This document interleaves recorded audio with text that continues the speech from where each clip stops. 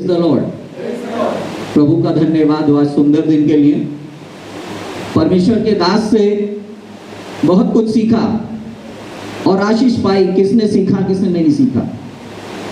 हमने आशीष पाई या नहीं हमें नहीं मालूम, आपने पाई या नहीं, लेकिन हमने पाई। परमेश्वर अपने दासों के मुख से होकर के बात करता है। हम जानते हैं परमेश्वर ने अपने दास को अपने आत्मा का अभिषेक दिया और उसने अपनी आत्मा के द्वारा हम सब से बातचीत की।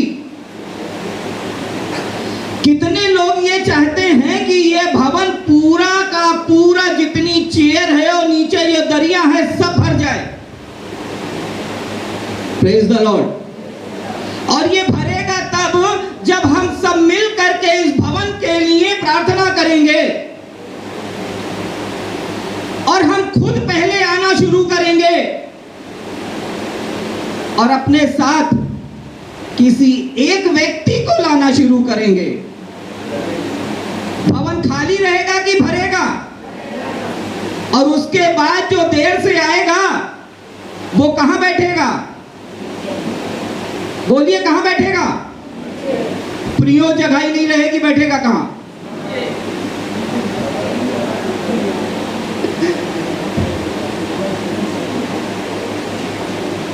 हम अपने अपने घरों में क्या करना चाहते हैं? हम सब चाहते हैं कि हमारे घर, हमारे परिवार आशीष से भरे रहें। ये क्या है? ये क्या है यहां जहां बैठे हैं? परमेश्वर का भवन और हमारा भवन। हमारा भवन भी है ना। अगर ये हमारा भवन है तो हर एक व्यक्ति अपने साथ एक लेके आना। और आने वाले 2 महीने में किसी को यहां जगह नहीं मिलेगी। जो लेट आएगा वो दीवार के बाहर खड़ा होगा, यहां से दिखाई कुछ नहीं देगा। प्रियो आइए प्रार्थना करें, फिर वचन में चलें। धन्यवाद यीशु बाबा, हम आपका धन्यवाद देते हैं। प्रभु जी आप एक बार फिर से मौका दिया, हम आपको धन्यवाद देते हैं। वचन देने में हमारी सहायता गवाही करे। मुंह हमारा हो, शब्द आपके हम घटे और आप बड़े। सारा आदर सारी महिमा आपको देते हैं। दया से सुने ग्रहण करें यीशु बाबा, आपके मीठे पवित्र नाम में मांगते हैं, आमीन। Praise the Lord. प्रियो हम लोग देख रहे हैं लूका उसकी 19 की 28 से 40 आयत। यहां पर प्रियो यीशु मसीह के उस समय का जिक्र है जब यीशु मसीह अपने बलिदान होने से चंद दिन पहले, 5 दिन पहले वो बैतनिया और बैतखैबा के अंदर घूम घूम करके प्रचार करते थे। घूम घूम करके वे अपने कार्यों को करते थे। और आज जितने भी लोग चंगे हुए थे वो यीशु मसीह के पास आए। और यीशु मसीह वचन बताता 28वीं आयत में, ये बातें कहकर वो यरूशलेम की ओर उनके आगे आगे चला। यरूशलेम यानी आशीषित जगह है, आशीषित नगर है। यीशु मसीह आशीषित है और वो आशीषित जगह पर प्रवेश कर रहा है। उसने यशाया नबी और जकरिया नबी ने पहले से ही अपने वचनों में यानी पुराने नियम में 800 साल पहले और 520 साल पहले जकरिया नबी ने इस बात का ऐलान कर दिया था कि आने वाला मसीह गधी के बच्चे पर सवार होगा। और प्रियो यीशु मसीह ने अपने 2 चेलों को भेजा और उनसे कहा जाओ, वहां पर तुम्हें गधी और गधी का बच्चा मिलेगा, उसको खोल कर लाना। बच्चा बंधा हुआ था। यीशु मसीह ने चेलों से कहा कि उसे खोल करके ले आना। और अगर कोई पूछे तो कह देना प्रभु को इसका प्रयोजन है, प्रभु को इसकी जरूरत है। और चले गए, उन्होंने जैसा कहा था वैसा ही वहां पर पाया। और ये चेले गधी और उसके बच्चे को खोल करके यीशु मसीह के पास लेकर आए। चेलों ने उसके ऊपर अपने कपड़ों को बिछा दिया यीशु मसीह के सम्मान में। यीशु मसीह गधी पर नहीं बैठे, गधी के बच्चे पर बैठे प्रियो, जिस पर कोई सवार नहीं हुआ था।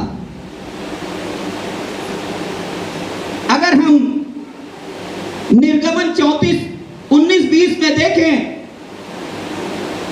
गधी को ही क्यों यीशु मसीह ने चुना? कोई भी पढ़े निर्गमन 34 की 19 और 20। जी कोई भी पढ़िए जोर से तेज आवाज में।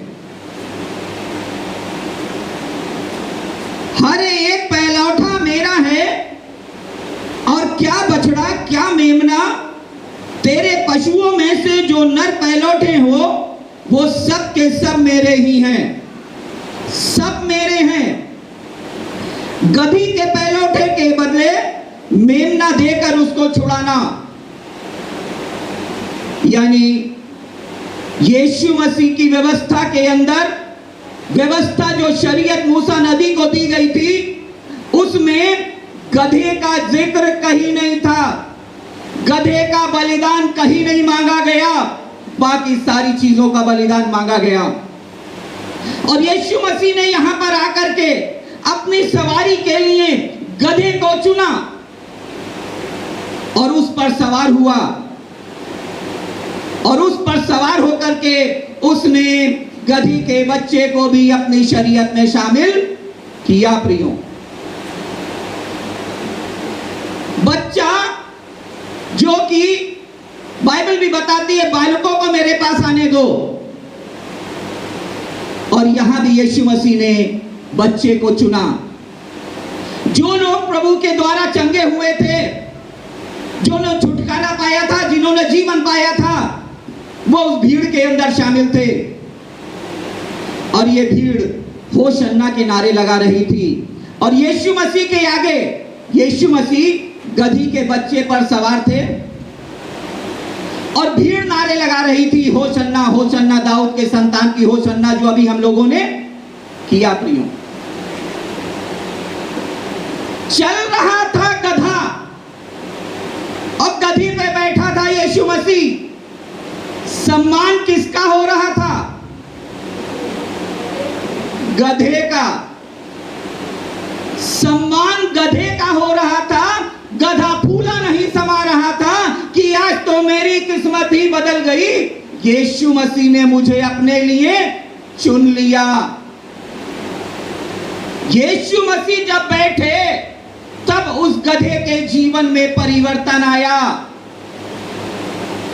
आज प्रियो, हम लोग भी एक समय उसी गधे के समान थे। आप हंस रहे होंगे। हम लोग भी उसी गधे के समान थे। हम डंके की चोट पे कहते हैं हम थे, क्योंकि हम उस गड्ढे के अंदर थे। जब हमारी मुलाकात राजू भैया से हुई, उस समय हम यीशु मसीह को नहीं जानते थे। क्यों भैया? नाम रॉबर्ट मैसी जरूर था, पैदा क्रिश्चियन परिवार में हुए थे, लेकिन क्राइस्ट मेरे पास नहीं था। उस समय अपने अंदर अहम था, लेकिन आज जब प्रभु ने चुना और जब वो सवार होता है, तो आज इस गधे से निकले हुए वचन कौन सुन रहा है? आप लोग। प्रियो, अगर वास्तव में यीशु का बनना है तो उसको अपने ऊपर जगह देनी पड़ेगी। जब वो हमारे ऊपर बैठेगा, हमारे ऊपर सवार होगा, प्रियो, सारे के सारे दिन बदल जाएंगे, जैसे उस गधी के बच्चे के बदल गए थे। अगर हम ये सोचेंगे चलो यार भवन में जाएं, राजू भैया दुआ करेंगे, हम ठीक हो जाएंगे, सब हो जाएगा, उसके बाद हम घूम के फिर पीछे जहां से आए थे वहीं, बहुत से लोग चले जाते हैं। लेकिन ये सोचिए कि जिस गधी के बच्चे पर यीशु मसीह सवार थे, जब वो चल रहे थे, नारे लगाए जा रहे थे, फूलमालाएं बिखेरी जा रही थी, खजूर खजूर की डालियां हिलाई जा रही थी। यीशु मसीह सवार थे, सम्मान गधे का हो रहा था। और जब यीशु मसीह उस गधे से उतर गए, क्या हुआ? क्या फूल मालाएं, कपड़े और डालियां दिखाई दी? नहीं दिखा प्रियो। जब यीशु होगा हमारे जीवन में परिवर्तन होगा। अगर हम घूम करके पिछली दुनिया में चले गए तो इसी गधे का जैसा हाल हो जाएगा। प्रियो, खजूर की डालियां, पूरे का पूरा खजूर का पेड़ इस्तेमाल किया जाता है। प्रियो, यरूशलेम के अंदर खजूर के बहुत सारे पेड़ हैं और वहां पर उस खजूर के तने से लोग अपने मकान को बनाते हैं और उसकी डालियों से अपने घर को सजाते हैं और उसके फल को खाते हैं। यीशु मसीह ने खजूर की डालियों का इस्तेमाल किया और पूरा का पूरा पेड़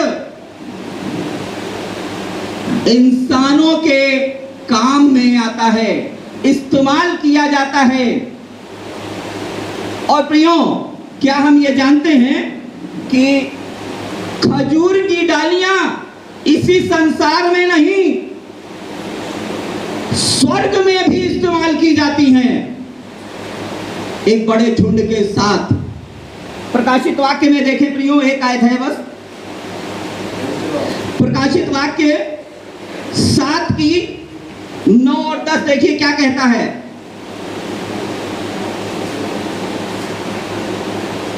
प्रकाशित वाक्य, जल्दी से पढ़िए, पढ़िए पढ़िए।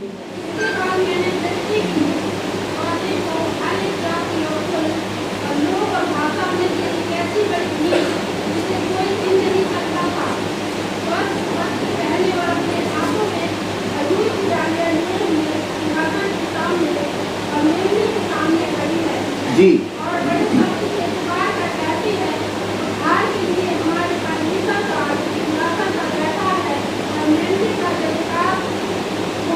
Praise the Lord. पीछे तक आवाज नहीं जा रही होगी, हम आपको फिर से पढ़ के सुनाते हैं। इसके बाद मैंने दृष्टि की और देखो, हर एक जाति, कुल और लोग और भाषा में से एक बड़ी भीड़, जिसे कोई गिन नहीं सकता, श्वेत वस्त्र, ध्यान दीजिएगा क्या है यहां पर, श्वेत वस्त्र और अपने हाथों में खजूर की डालियां लिए हुए सिंहासन के सामने और मेमने के सामने खड़े हैं। खजूर की डालियां ये यहीं पर भवन में नहीं लगी, बल्कि परमेश्वर के दरबार में, स्वर्ग में भी खजूर की डालियों का इस्तेमाल परमेश्वर के लिए होसन्ना, जय जयकार के रूप में किया जाता है। और ये श्वेत वस्त्र क्या है प्रियो? ये श्वेत वस्त्र वो है जिन्होंने अपने आत्मा को, इस शरीर की बात नहीं कर रहे प्रियो, ये शरीर तो नाश होने वाला है, लेकिन अपनी आत्मा को जिसने यीशु के लहू से धो लिया और उसको श्वेत वस्त्र मिल गया, वो यहां पर खड़े होकर के श्वेत वस्त्र पहने हुए हैं और हाथ में खजूर की डालियां लेकर के प्रभु के सिंहासन के सामने जय जयकार के नारे लगा रहे हैं। प्रियो, समय ज्यादा नहीं है, लेकिन हम यहां पर बैठे हैं, आज होसन्ना के नारे लगा रहे हैं। उस समय भी लोग होसन्ना के नारे लगा रहे थे। होसन्ना का मतलब हमें बचा, जैसे भी परमेश्वर के दास राजू भैया ने बताया, छुटकारा देना, बचाना, उद्धार करना, नारे लगा रहे थे। लेकिन 5 दिन के बाद उसी भीड़ ने ये कहा, यीशु को क्रूस पर चढ़ा दो, यीशु का क्रूस पर चढ़ा दो। 5 दिन के बाद यही हुआ। कहीं हम ऐसी गलती तो नहीं कर रहे? देखिए, कोई किसी को नहीं जानता, कोई किसी को नहीं जानता है। ये भीड़ जो आज वहां पर नारे लगा रही थी यीशु मसीह के जय जयकार की, 5 दिन के बाद वही फरीसी जो यहां पर कहते हैं गुरु अपने चेलों से कह दे चुप हो जा, देख कैसा चिल्ला रहे हैं। अब और यीशु कहता है फरीसियों से, कोई और नहीं थे वो, फरीसी थे, इस वचन के ज्ञाता थे, जो इस वचन को जानते थे। उन्होंने उसी भीड़ को बरगला के ले जा करके यीशु को कटघरे में खड़ा करवा दिया।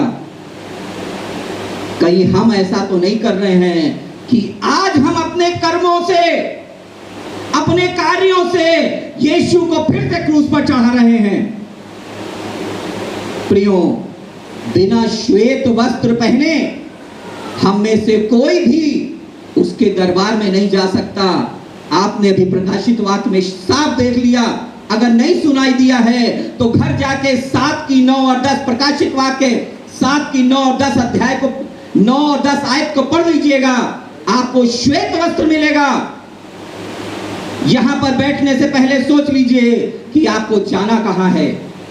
बिना श्वेत वस्त्र के कोई उसके दरबार में जाकर उसका नारा नहीं लगा पाएगा। प्रियो, हम उस गधे के समान बने जिस पर यीशु सवार था, वो हमारे ऊपर सवार हमेशा रहे ताकि हमारी कीमत बढ़ जाए। आइए प्रार्थना करें।